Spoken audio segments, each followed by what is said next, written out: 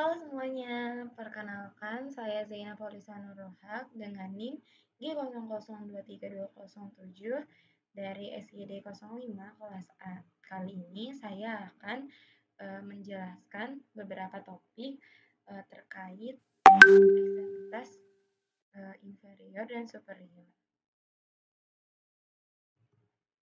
Pertama, untuk ACL injury, seperti yang mungkin teman-teman tahu, kalau misalnya kita nonton nih pemain bola, terus ada yang cedera. Nah, biasanya tuh yang cedera itu ACL injury. Nah, ACL injury itu apa sih?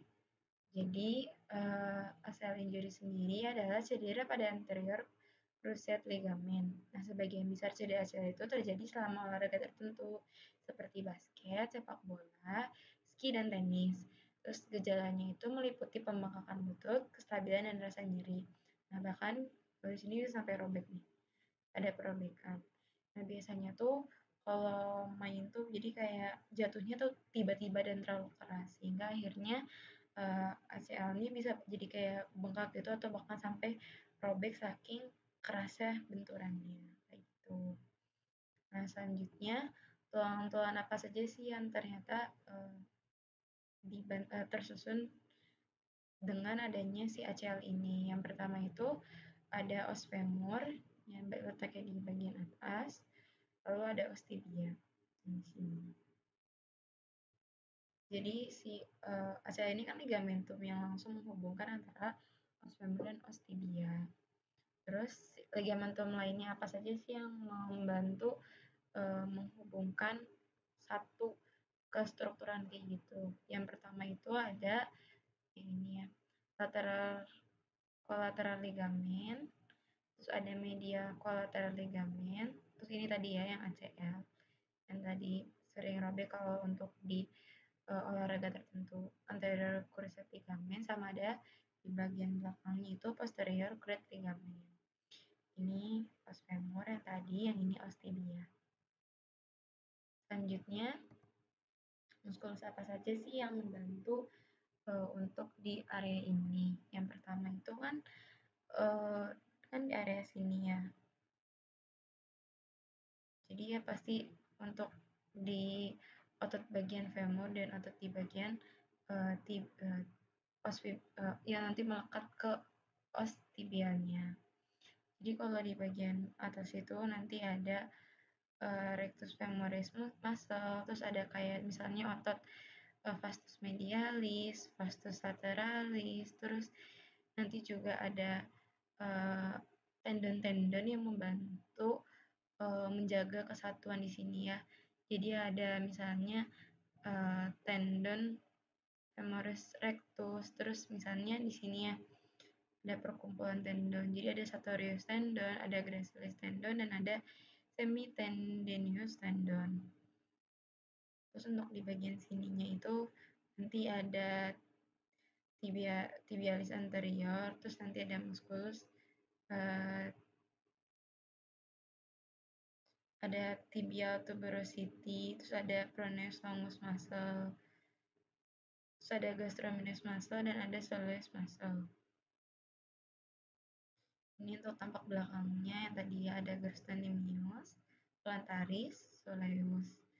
Terus ini mah nanti ada tendon Achilles. Nah, terus ada bursa atau kayak komponen tubuh yang berfungsi untuk mengurangi gesekan antar tulang dan tendon ketika bergerak. Kayak bursa tuh diibaratkan kayak bantalan gitu yang menjaga supaya apa ya, mengurangi gesekan. Soalnya kan kalau tendon dan tulangnya terus bergesekan saat bergerak kan bakal nyeri dan ngilu kan ya. Dan itu juga akan mempercepat kondisi kayak yang tadi yang ACL injury, kayak misalnya ACL-nya mudah robek, terus mudah terasa nyeri, mudah terasa peradangan, seperti itu. Nah, bursanya apa aja sih? Yang pertama ada suprapatellar, terus ini ada prepatellar bursa, ini ada infrapatellar bursa, dan ada pes anserin bursa. Ini kan di bagian patella atau di bagian lutut kan tadi ligamentumnya.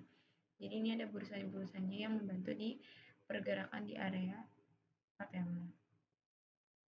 Terus untuk ekstremitas inferior itu bagaimana sih vaskularisasinya. Pertama untuk arterinya sendiri, jadi dimulai dari arteri iliaca communis, dexa dan sinistra. Nanti dia pasti berpisah, bakal jadi arteri iliaca interna sama arteri iliaca eksterna. Nah, arteri iliaca interna ini umumnya tuh bakal memvaskularisasi bagian pelvis, perineum, sama regio gluteal atau bagian bokong. Sedangkan kalau arteri iliaca eksterna itu bakal melewati profunda ligamentum inguinalis dan bergerak menuju paha sebagai arteri femoralis.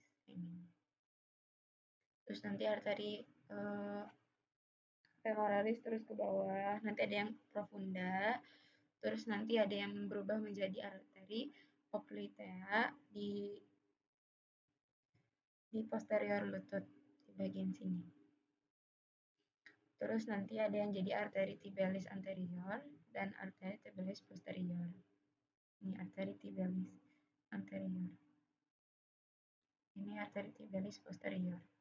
Ini kan tampak depan dan tampak belakang. Ini yang tadi popliteanya. Nah, terus nanti kalau misalnya arteri tibialis posterior itu bakal mengalirkan darah menuju arteri fibulis brevis dan masuk ke telapak kaki, di mana nanti dia bakal terbagi jadi arteri plantaris medial sama lateral. Terus nanti arteri tibialis anterior itu bakal masuk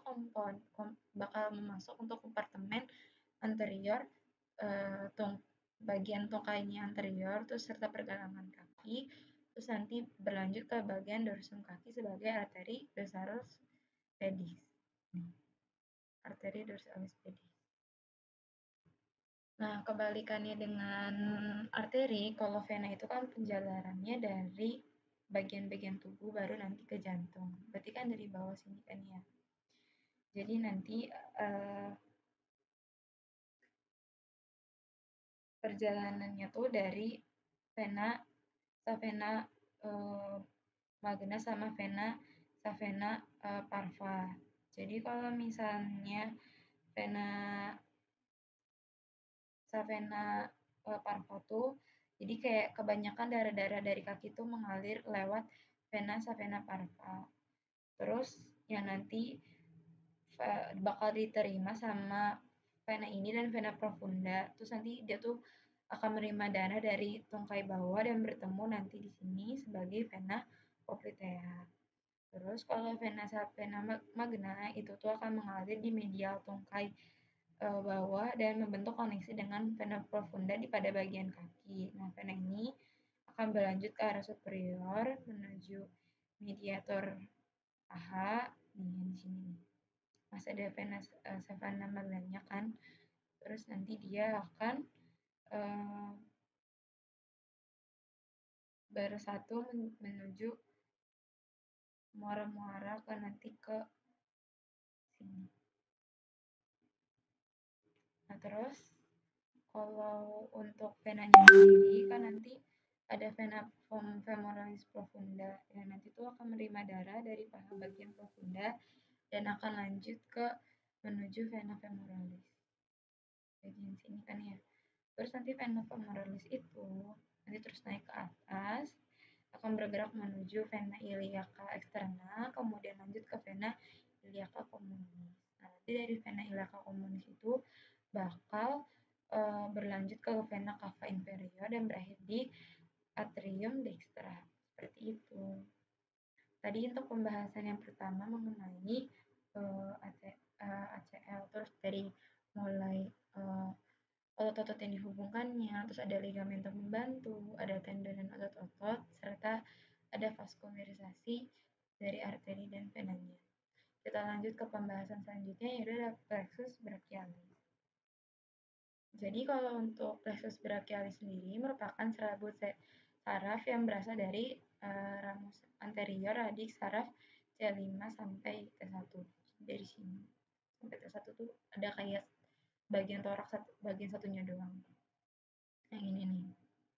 Terus nanti tuh plexus brachialis tuh sebuah jaringan saraf yang dari tulang belakang nanti berasal dari belakang leher, mulus ke aksial sampai ke tiak sini, terus menimbulkan saraf untuk bagian ekstremitas atas. Terus plexus brachialis sendiri dibentuk oleh penyatuan dari kelima bagian saraf tersebut.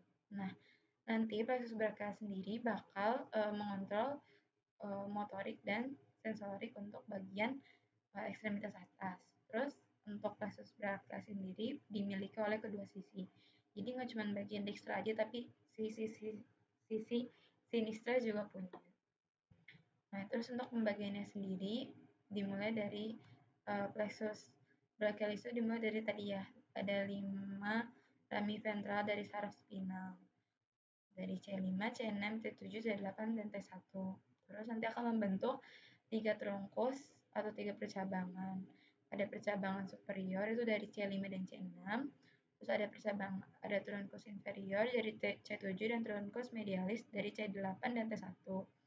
Terus nanti ketiga bagian itu akan bakal jadi fasciculus plexus brachialis yang terletak di atas lateral terhadap bagian pertama arteri axillaris. Nanti masuk dari area trunkus itu ke bagian divisi. Jadi masuk ke area divisi itu nanti setiap batang bakal terbagi menjadi 2 cabang dalam segitiga posterior leher. Terus nanti satu divisi bergerak ke arah interior, ke arah depan tubuh, dan nanti ada yang bergerak ke arah belakang tubuh atau divisi posterior. Selanjutnya nanti masuk area cors atau kita ibaratkan sebagai kabel-kabelnya. Nanti ada lateral cord yaitu dibentuk dari superior sama middle trunk. Terus ada cord posterior yang terbentuk dari superior yang ini, yang upper, middle sama lower atau inferior trunk. Terus ada medial cord atau inferior trunk. Itu tuh dibentuk tadi dari inferior trunk. Terus nanti dari chords ini bakal ada terminal branches atau cabangan terminal. Nanti yang akhirnya menghasilkan kayak nervus kecil yang nanti bakal menginervasi ekstremitas bagian atas. Pertama itu ada nervus musculocutaneus. Itu berakar dari C5, C6, dan C7. Nanti dia untuk fungsi motoriknya untuk mempersarafi otot brachialis, bicep brachii, dan coracobrachialis. Selanjutnya nanti ada nervus axillaris dan axillary, nanti dia berakar dari C5 dan C6. Untuk fungsi motoriknya untuk mempersarafi otot teres minor dan deltoid. Bagian sini.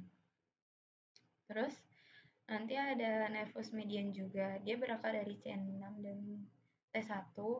Dia untuk mempersarafi sebagian besar otot flexor lengan bawah dan 2 otot lumbal yang berhubungan dengan jari telunjuk serta jari tengah.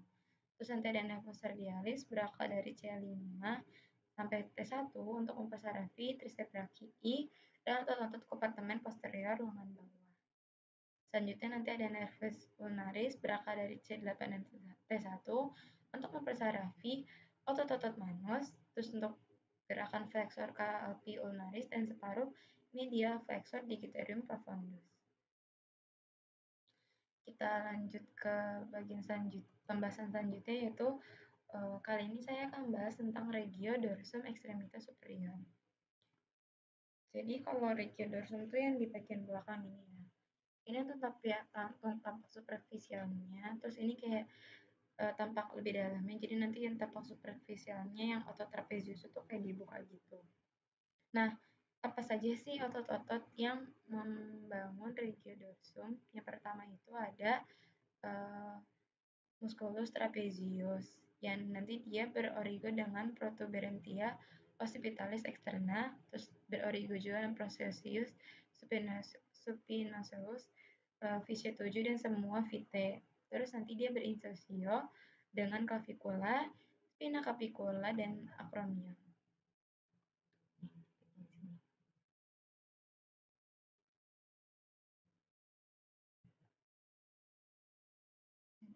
Ini bentuknya tuh jadi kayak trapezius di sini. Makanya namanya musculus trapezius.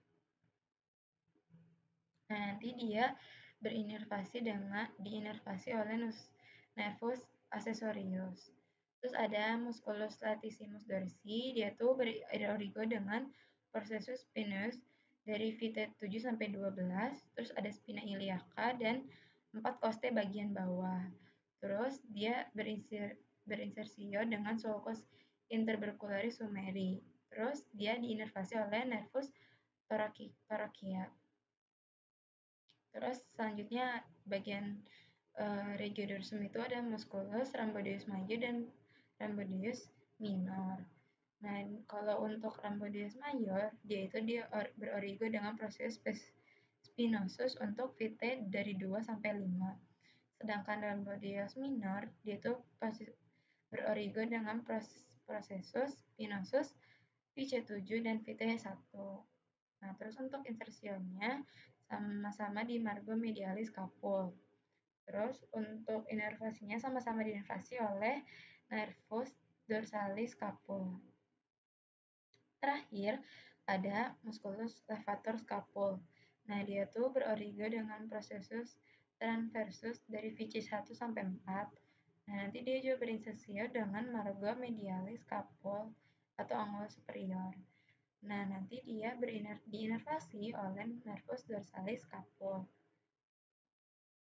Nah, ini ya gambarannya. Ini ada otot trapezius yang tadi. Sini kan nih tadi spinosus yang C7. Ya nanti tadi tempat-tempat pelekatan untuk bagian origonya. Seperti itu. Nah, salah satu klinis yang mungkin terjadi di bagian regiodorsum adalah winged scapula atau winging scapula. Jadi di bagian scapulanya, scapula kan di sini kan ya. Terus nanti itu bakal ada lesi atau cedera di bagian nervus thoracic longus. Nanti sehingga akhirnya menyebabkan posisi scapula itu seperti tarik ke bagian belakang. Jadi kan ada nervus tuh yang berfungsi kayak seakan mengikat motorik ya kan. Tapi karena ada lesi atau cedera, jadi akhirnya scapula seakan kayak jadi kendor gitu. Jadi nanti akhirnya kayak tertarik ke belakang. Jadi kayak gini. Antara scapula bagian dextra dan sinistra tuh gak sejajar karena bagian yang nanti terkena winged scapulanya tuh atau ada lesi itu bakal jadi kayak lebih tertarik ke arah belakang gitu. Nah, mungkin itu saja yang dapat saya sampaikan mengenai beberapa topik seperti regiodorsum extensor superior, terus ada flexus brachialis, serta tadi ada ligamentum ACL dan struktur-struktur yang membantu ligamentum tersebut. Ada tulangnya, terus ada ototnya, terus ada ligamentum dan tendon, serta ada arteri dan venanya. Itu saja yang dapat saya sampaikan. Semoga dapat menjadi ilmu baru bagi teman-teman semua. Sekian dari saya. Wassalamualaikum warahmatullahi wabarakatuh.